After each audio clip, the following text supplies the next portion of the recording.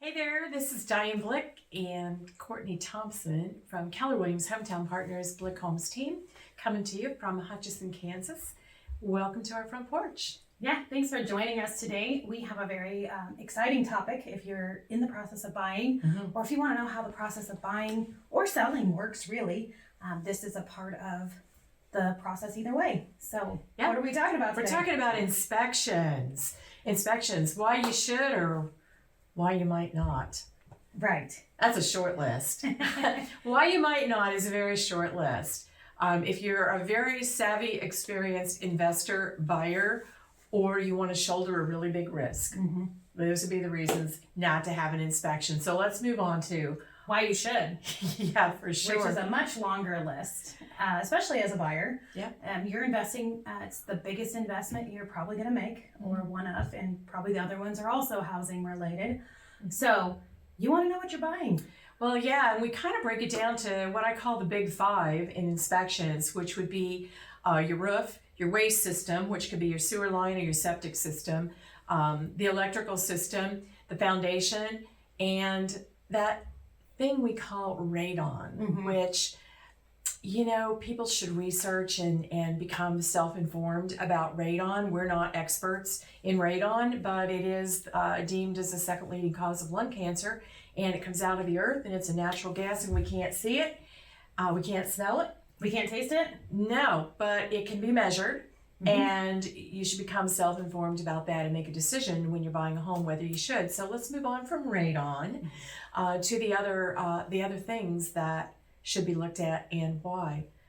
Appliance packages, if you're getting an appliance package. You want to know that your dishwasher runs, that your refrigerator cools, that your oven heats, that your air conditioner cools the house, and your furnace runs. And those are things that get checked in most inspections, as well as, you know, one other thing that we might want to add to the big ones is termites. Oh gosh, yes. Termites are present in Kansas, and they're pervasive. So checking for them is great to know whether or not you need a termite system. Yeah, our good friend Al Wells at Advanced Termite and Pest, one of his phrases that I hear him say over and over again is that 50% of the houses in Reno County either already have had termites and termite damage, and the other 50% will eventually. And it has to do with our sandy loam and the amount of trees, wood that we have here. So termite inspections are important, and your lender is most likely going to require that. Yeah. And it's a good way to, I think it's a good insurance policy for $85 inspection, I believe it is today or less, to check for termites and know that they're not eating away your framing or your woodwork. So good inspection, but on the other big ones. Yeah, so how do you go? Well, so you would want to have your roof checked. You'd want to understand the age. Your insurance company is going to ask that, especially these days as insurance rules are changing. That's another whole subject, but an important one, and one that has financial considerations as to how your roof over your house, which is what keeps you dry and safe, will be covered. So understanding the type of shingles and the age is important. Knowing that you can opt to have your sewer line from the house to the main scoped, because your sewer line from the house to the main is the homeowner's responsibility. Yeah, and if it fails, it is your responsibility to fix it. It's not a cheap fix. There's a lot of digging involved, and it's good to know. And in Hutchinson alone, I believe there are 4 or more types of sewer lines from houses to the main, and they range from what we call Orangeburg, which is tarred cardboard. Yep. All the way to PVC, and in between, and we have tile, cast iron, tile clay, cast iron, CPVC. So knowing what kind of sewer line and the condition it's in, and if it's functioning accurately is important too. Yeah, and we should probably say right here that we're not licensed plumbers, we're not licensed sewer line inspectors, but we sure know the questions to suggest that you should be asking. And we get you with the right people so they can explain what your sewer line is and what condition it is, or your roof, or anything in between the top to bottom of a house. Yeah, and then on electrical systems, knowing whether the house is 2-wire or 3-wire, depending on the age of the house. We've got some homes that are still fabric covered wires, believe it or not. We've got knob and tube still in some homes, and how those impact not only safety but insurance. Two big things. Yep, and the cost of having that changed out or or who to call to change it, because less and less experienced electricians deal with knob and tube because it's becoming less and less common everywhere else. Well, So- and liability. Yes, and liability. Yeah. So foundations, understanding how your foundation was built. Was it poured concrete? Was it limestone? Was it concrete bricks? And what age and kind of concrete bricks is really important to understand and know and assess what those cracks mean. And the other great thing about the people we have coming and checking out your systems in your house or how your house is structurally and functionally working is that they can also give you tips on how to maintain. One of the big things I hear from every foundation person I think I've ever met was, if you really want to protect your foundation, Keep the water away Exactly. from the foundation. so gutter extensions, Mhm. good guttering, keeping your gutters Drainage clear. fields off the house Yep. that slope outward instead of inward. Towards- And leaf pile up and other debris around the foundation of the house is going to lead to not only termites but water retention around that foundation. Exactly. So, yeah. So when you're all done with the inspection, you kind of touched on this. I'm just going to like leap ahead if that's okay. Go right ahead. You're going to get a full inspection report that's going to be anywhere from 50 to 100 pages long, plus Or or more. minus, yeah, sometimes more. And that inspection provided to you by a certified inspector, and we'll touch on why certified in just a sec, is going to have pictures and commentary, and they're most likely going to redline at the front of that report things that they think are critical, both safety and maintenance issues. So certified inspectors, we don't license inspectors in the state of Kansas. They have the option to receive certification. There's 2 certifying agencies that are national agencies that, actually one of them international, that certifies inspectors. Yeah. So you want to be choosing a certified inspector. And so let's talk about some reasons why you wouldn't have a family member or a friend of the family who might be licensed in the trades, and the just some of the reasons to consider hiring a licensed or a certified inspector versus having a friend or family member do it. They're going to do it for less. Yes, but back to that insurance policy, right? Yeah. It's worth the money when you have someone who knows what to look for in the area as far as maintenance, how to tell age of specific things, who has been in and out of houses that are similar and can tell you what to watch for. They have gone through rigorous training on specific ways to really comb through a home. They require you have utilities on so they can run every bit of the home's functions. They also have insurance, which is a huge thing too. And they have a process of getting you all the information so that way there isn't anything that gets missed along the way. I think those are some of the big ones. Anything I'm missing? No, I think that process and organization is really key for me.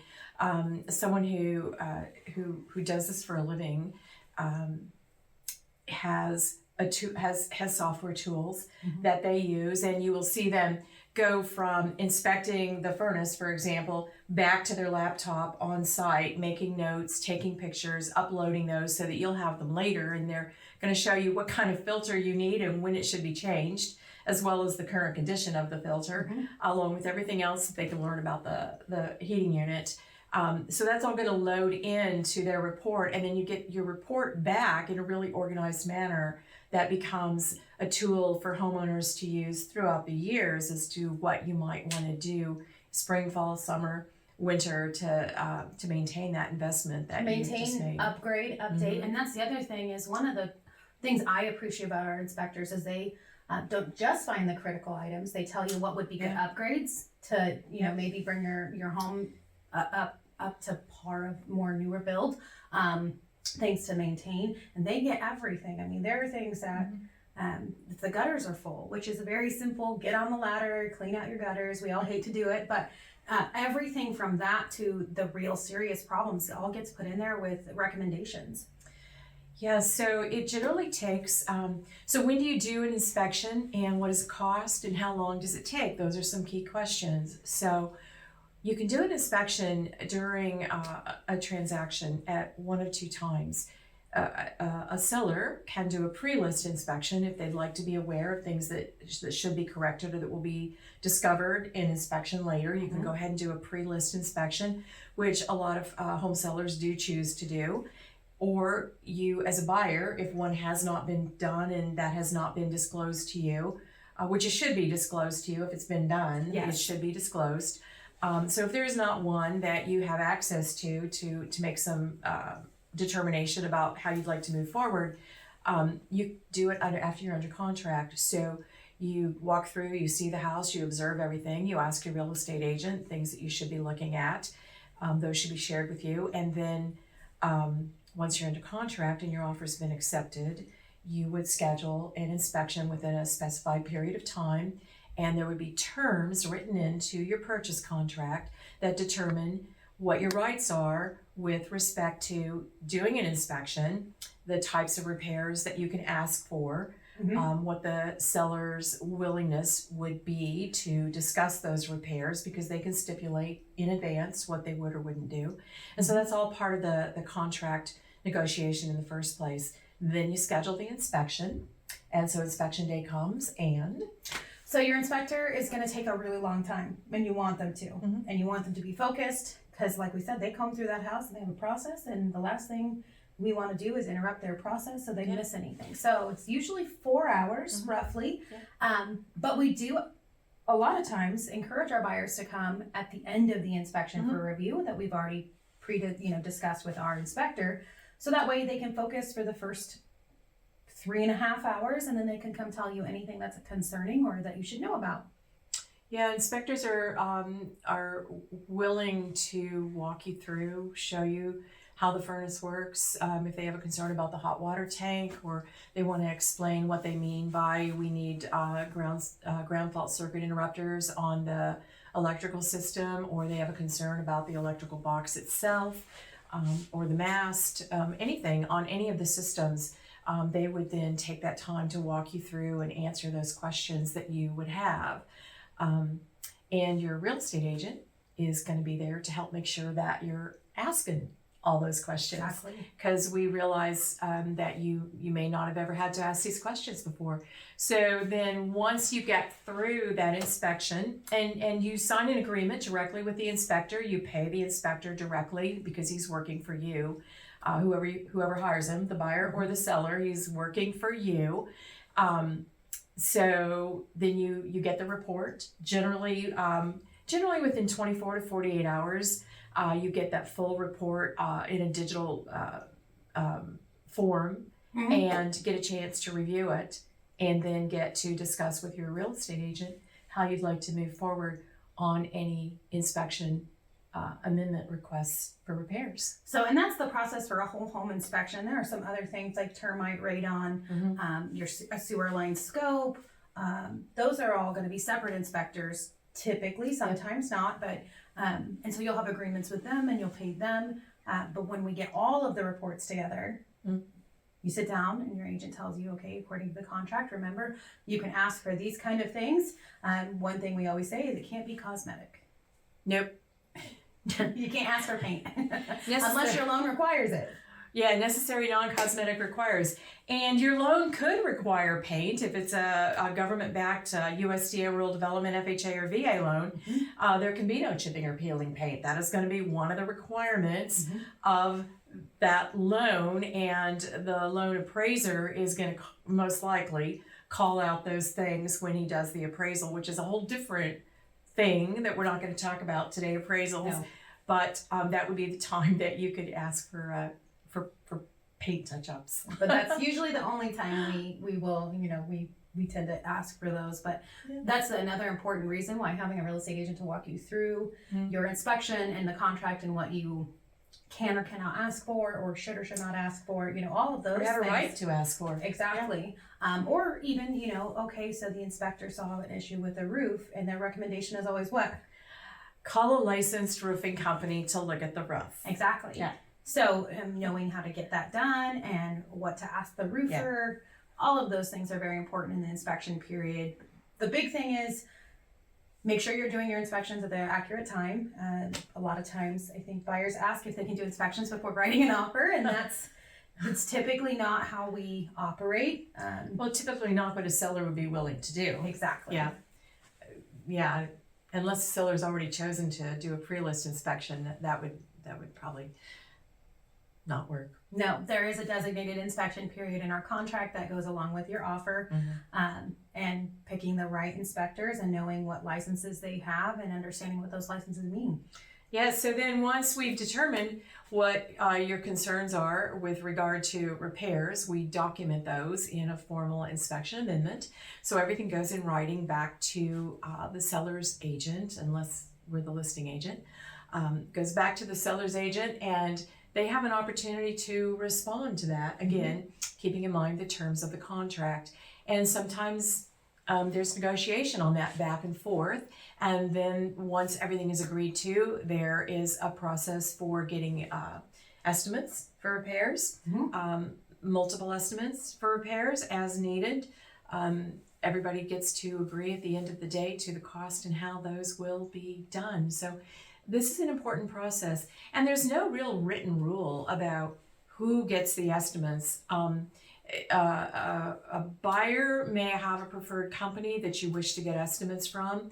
If the buyer doesn't, the real estate agent can suggest options and sources for getting estimates, which we do, and we have a really long, handy dandy list of people who do that, and will provide those estimates and have done work and satisfactory work. Yeah, and on those, we want to make sure that they're licensed. We want to make sure we're getting licensed plumbers, licensed roofers, licensed electricians who know how to follow the rules, and they are insured as well, because their business and license require it. And we make sure to protect our buyers and sellers in that way too. Yeah. To ensure that they're going to be licensed professionals doing the work. Yeah, these are all things that need to be this kind of work effort.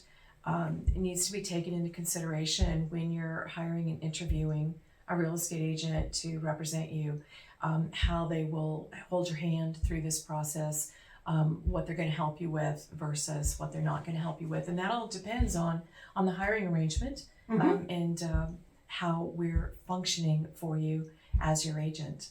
And that goes back to 2 of our videos. Yeah. The consultation video specifically for buyers and sellers, what to ask for when you're hiring us. Yep, sure does. So, that we think pretty much summarizes the process for repairs. There's a lot of nitty-gritty details that goes into this and a lot of options along the way, but generally that pretty much sums it up. So we want to say thank you for stopping by our front porch today. We hope that you'll visit with us and ask us questions and give us an opportunity to represent you in one of the biggest deals of your life. Yes, because our commitment to our clients, customers, and community is to serve their real estate needs with integrity, skill, and care through. We achieve that through agent education, training, and teaching our buyers and sellers how to be the savviest in the marketplace such that they're prepared and empowered to achieve their own goals. So thanks so much for stopping by our front porch. Be sure to swing by again. We'd love to have coffee and discuss this further with you when you're ready to buy or sell. Yeah, so signing off, Diane and Courtney Thompson. Have a great day today, and thanks. Bye everyone. Bye-bye.